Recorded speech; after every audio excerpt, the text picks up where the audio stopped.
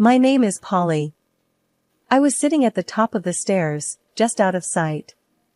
I could hear them in the kitchen, their voices all tangled up like a bunch of knotted shoelaces.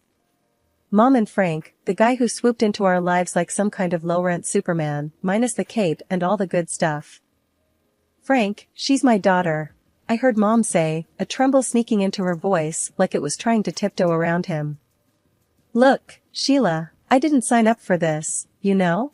It's bad enough I gotta deal with this place being a mess and you're cooking. He grumbled so loudly, I could hear his words clear as day. Now I got my own kid on the way, and I need to think about that, not this. Say it, Mom dared him, quieter now. Say what you mean, Frank. He snorted. Not this leech you got hanging on us. What is she, huh? Just a mouth to feed. Someone I got no bond with. She's just gotta go. Mom exhaled long and sorrowful, like the air itself was heavy with regret. But where would she go? I felt like my heart was a punching bag, and Frank was the kind of guy who didn't know when to stop swinging. What about her aunt? That sister of what's his name, the dead guy? Linda? But. No buts, Sheila. Geez, you're always so soft. She's family, ain't she? Let her deal with the kid. There was a quiet beep as someone pressed a number on the phone, and my ears strained to hear the rest. Yeah, hi Linda? Frank here. Yeah, you're about to do me a solid. Got a bit of a situation. Well, no, not a health thing. It's about the kid, Sheila's daughter. I squeezed my eyes shut, wishing I could just disappear into the worn carpet beneath me. Yes, Polly, Frank's voice was gruff, impatient. Look, here's the deal. She's coming to live with you. What? Nah, don't worry about it. She's practically invisible anyway. Won't even know she's there. I heard Mom's shuffling feet, like she was pacing or fidgeting, probably wringing her hands the way she did when she was torn up about something. Linda, it's Sheila. Yes, I know. We're in a tight spot. I can't, with the baby coming.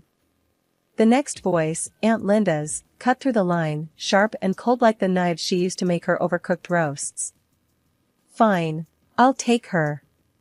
But I'm not running a charity here, Sheila. You better keep sending checks. I could almost see Mom wincing, even from where I sat. It stung, knowing the rest of my things in that duffel bag weren't half as important as those checks to Aunt Linda. Footsteps hammered towards the stairs, and I scampered up and into my room, heartbeat thundering so hard in my chest it nearly drowned out the sounds of the looming goodbye. Mom knocked softly, as if the force of her own hand could shatter me. Honey, she started, pushing the door open, her face all twisted in a way that let you know that I'm sorry was coming before a word left her lips. You're gonna stay with Aunt Linda for a bit. I stood there, my arms tight around that duffel bag, like it was the only thing I had left in the whole sorry world. Because, maybe, it was. With a glance back at the room that had been mine, I stepped out into the dim hallway, Mom trailing behind me like a shadow I wished I could shake. I didn't even turn to look at her as I walked out the front door. It was easier that way. Standing on the porch, Aunt Linda looked me up and down as I clutched my duffel bag, each second stretching out like hours. So you're here, Polly, she finally spoke, the words flat and hard. Hi, Aunt Linda. I managed to mutter, trying to keep my voice steady. Don't just stand there, bring your stuff in. But remember, I run a tight ship. You'll follow my rules under my roof, she said, turning on her heel and heading inside. I followed her into the house, which had the warmth of an ice cube. Rule 1, no shoes in the house. Park 'em by the door. And don't you dare drag in any dirt. I keep a clean home. I nodded, slipping off my sneakers and leaving them neatly by the entrance. Rule 2, lights out by 9 on school nights. I won't have any late-night gallivanting or nonsense, she continued, ticking off her rules on her fingers as she went. Okay, I said, my voice barely above a whisper. Rule 3, don't talk back. Don't question me.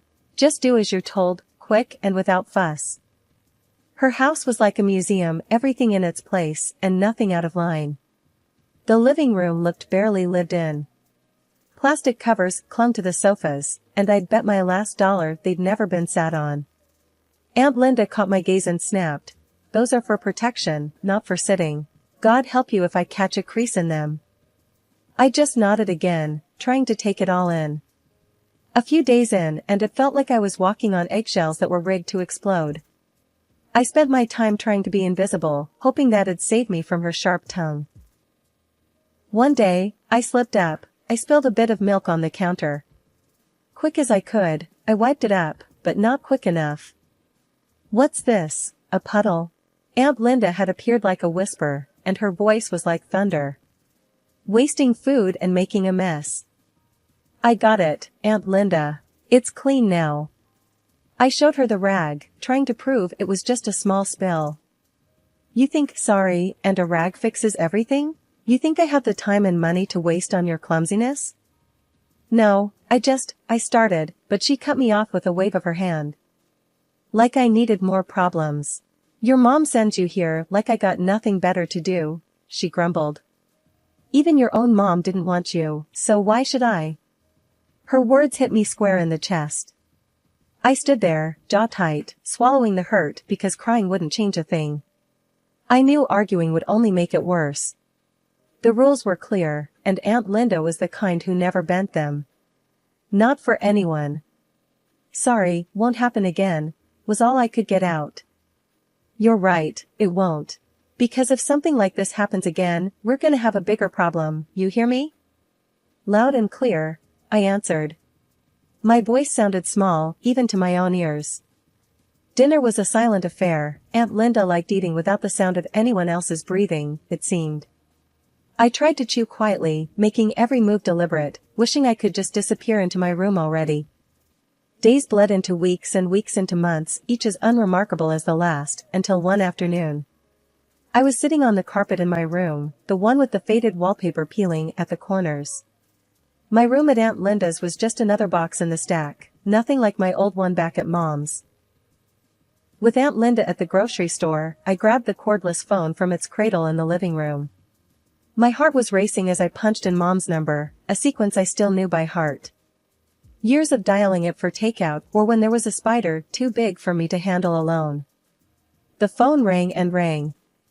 On the fourth, she picked up. "Yeah? Mom, it's me, Polly," I blurted out before my courage could fail.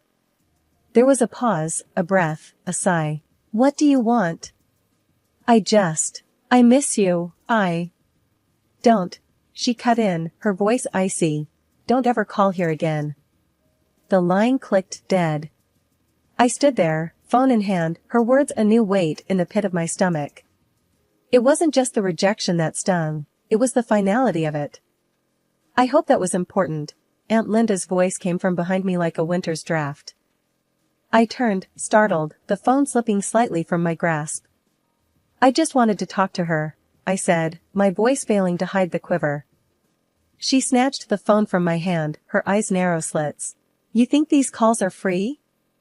I'm sorry, I'll pay for it," I stammered, though I had no idea how. Aunt Linda snorted. "Pay for it? With what? No, you've caused enough trouble. I'm done with it, done with you." Before I could plead, she was on the phone, barking into the receiver. "Yeah, Betty? Get a room ready. She's coming to you." I barely had time to process her words before I found myself holding a bus ticket and a hastily repacked duffel bag. She dumped me at the bus stop with a shake of her head and a good riddance that followed me onto the bus. I was on my way to Grandma's, and as the bus chugged along, the town I knew became a blur. I thought about Mom's voice, that tone I'd never heard before. I pressed my forehead against the cool window, the hum of the engine a stark contrast to the storm inside me. Grandma lived in a smaller town a couple of hours away, in a house that was as old but twice as cozy as Aunt Linda's. She was standing on the porch when I arrived, her eyebrows drawn down in concern. "You okay, Polly?" she asked as I trudged up the steps. I shook my head. "Aunt Linda sent me away. Mom doesn't want to talk to me anymore." Grandma sighed, opening her arms wide. I stepped into her hug like it was a safe haven. "Families can be tough," she murmured. "Come on in, I'll make you some tea."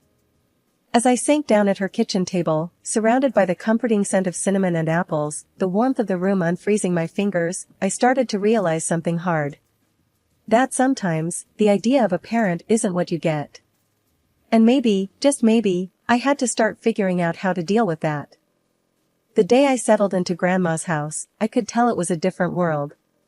The walls were lined with pictures of plants and landscapes, unlike the museums back at Aunt Linda's place. Grandma was already in the kitchen, the heart of her home, humming a tune I didn't recognize. "Gran, you need help with anything?" I called out as I dragged my bag inside. Without missing a beat in her humming, she replied, "Nah, just park yourself at the table. Gonna fix us some grub." Her voice was raspy from years of yelling over the noise of farm machinery back when she used to run the family's apple orchard. Now, the most noise she dealt with was the creaking of the porch swing and the clatter of her old pots and pans. As the weeks passed, I fell into step with her ways. Wake up before the sun, help with breakfast, then off to school. After school, help around the house, dinner, homework, and bed. No frills, no drama. One chilly afternoon, Grandma found me on the porch swing, the horizon painted orange and pink by the setting sun. "Got something to tell ya," she said, pulling the other side of the swing down with her weight. I tightened my grip on the chains of the swing.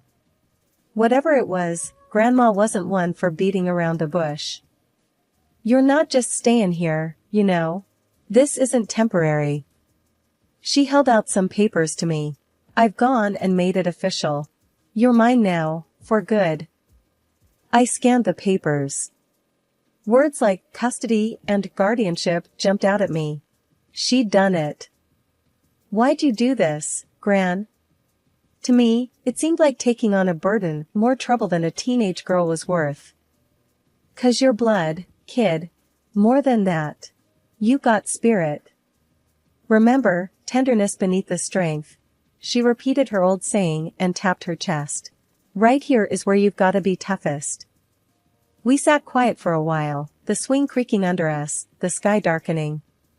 I let her words wrap around me like the quilts on my new bed upstairs. "Thanks, Gran," I finally said. That was all. Thanks. It sounded lame even to my own ears. "Well, don't thank me yet. You'll be pulling extra weeds tomorrow, make no mistake." Her tone was playful, but I knew she'd hold me to it. Sitting on the swing now, a few days after my sweet 16, I could see that Grandma's house wasn't just a haven. It was a starting line. And with her backing, I was finally ready to run my race. The morning sun hadn't even cracked the sky when Grandma kicked the bottom of my bed. "Rise and shine, Doc," she barked, same as she had every morning since I started med school. I groaned, my hand searching for the alarm clock. "It's not even light out, Gran." World don't wait for light. Cows don't milk themselves. Patients don't cure themselves, neither. She didn't have cows to milk, of course. It was about getting a point across, like always.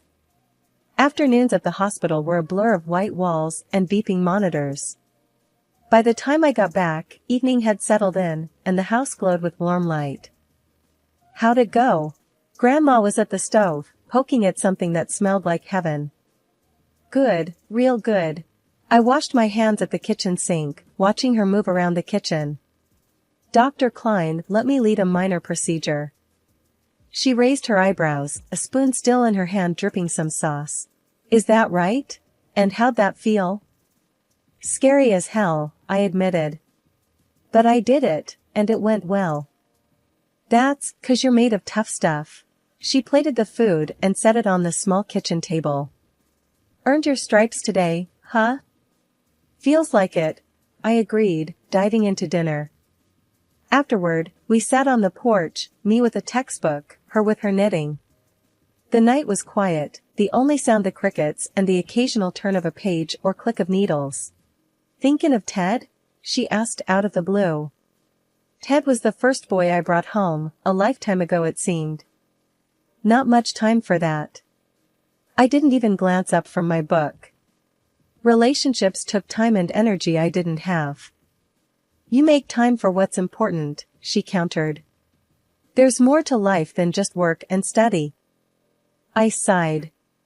Maybe after my residency, Gran. She nodded, knowing that was the best I could offer right then. Just remember, life's short. I smiled at her words, thinking how many times I'd heard just that. Never forget, you got more to give than just being a good doctor. Got a heart that needs sharing too. It was in this simple way that she kept my feet on the ground, reminding me there was a world outside medicine, and one day, I'd be a part of that too. We didn't talk much after that. The night wrapped around us, a blanket of peace as I pondered a future that seemed both exciting and terrifying. As the clock ticked towards tomorrow, I knew one thing for sure, whatever the future held, I'd face it head on. Just like Grandma taught me.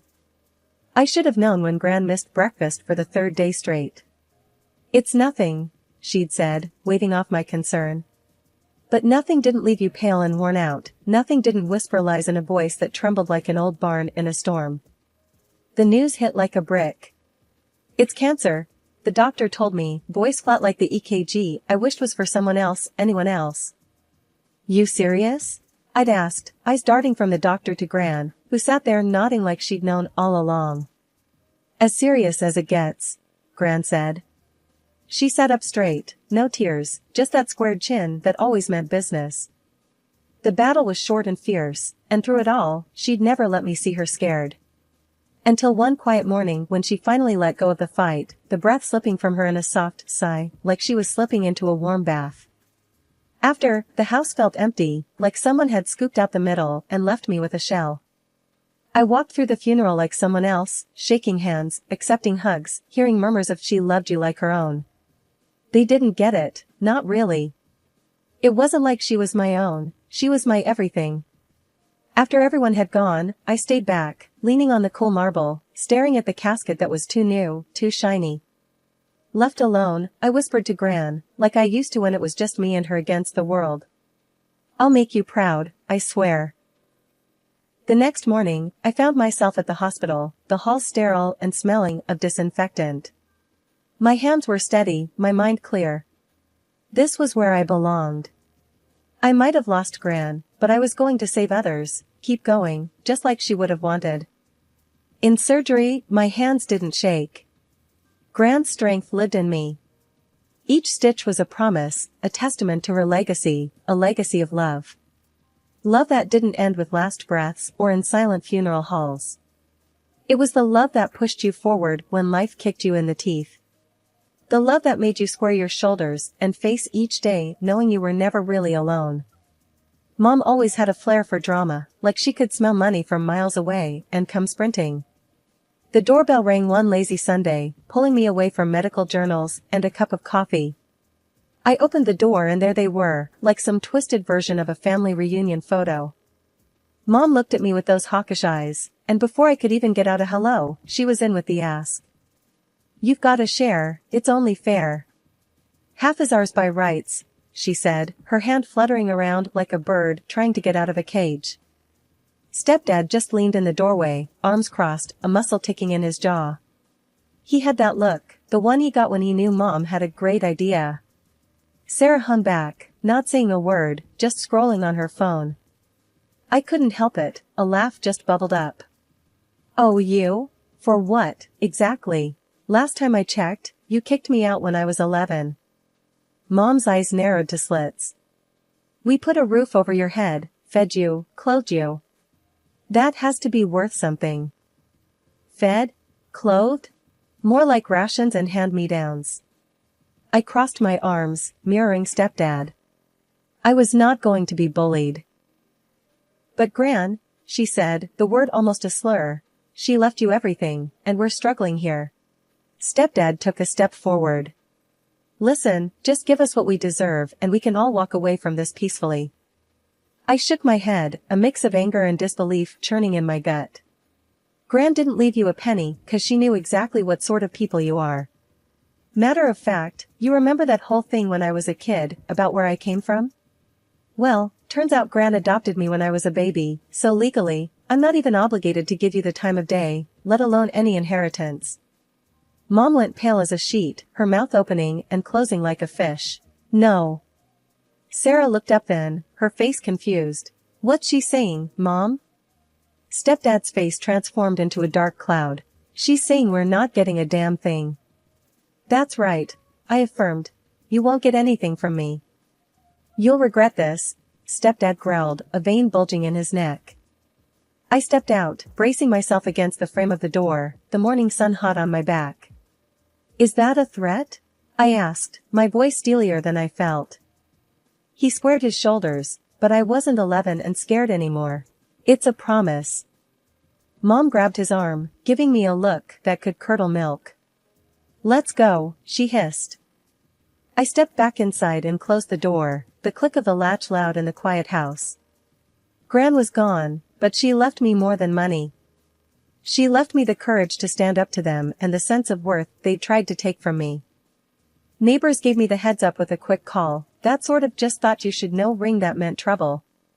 Your mom and her lot set up camp in your grandma's old house, they said, all concerned and a bit gossip hungry. That house was mine and mine alone, Grandma made sure of that. The nerve of them, thinking they could just move in and not one soul would tell me. Guys, I said, knocking on the door louder than necessary, you can't just crash here. This isn't a motel. Mom yanked the door open, a fake smile plastered on her face. Polly, we're family, she exclaimed, leaning against the doorframe like she owned the place. Stepdad loomed behind her, his look less welcoming. We're not going anywhere. This is as much ours as it is yours, he stated with that smug smirk that made my blood heat up. I clenched my fists, feeling the weight of the keys in my pocket. The house is mine, legally. You have one day to get out, or I'm calling the cops. They laughed, the kind that grates on your nerves. Yeah, sure. Call the cops on your family. That'll look great, Stepdad jeered, his arms folded across his chest. I didn't want a scene, but they left me no choice. The next morning, they were still there, lounging around as if they owned the place. That's when I made the call. When the cops rolled up, I could almost taste the sour change in the air. I stood by, arms crossed, watching through the living room window. Ma'am, sir, you need to leave the premises. Now, one officer said firmly, his hand resting near his belt. But she's my daughter, Mom tried to plead, her voice shifting to desperation. And I'm her stepdad, added Stepdad, that tick in his jaw back like a storm warning. Doesn't matter. You don't own this house and the owner wants you out, the second cop chimed in, stepping forward. They'd finally stopped laughing. I could see the realization dawning on their faces, the reality that they couldn't bulldoze their way through life anymore. I didn't budge until their car was a speck in the distance, and then turned to face the empty house.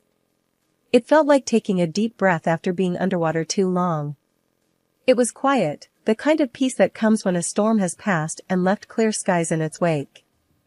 Stepping into the house, the air felt different, lighter. Grandma's voice didn't echo the way it did before, now it was in my own head, words that came like a bomb, soothing over years of scars. With each step, I started to reclaim the space. The kitchen, where Grandma taught me to bake, the living room, where she healed my teenage heartaches with ice cream and tough love, and her bedroom, where she'd say prayers that I'd find my way in a world that could be cruel and unforgiving. I made coffee, the aroma filling the space, binding me to this house, this moment. Sitting at the kitchen table, I raised my cup to the new day. Justice served, and served well.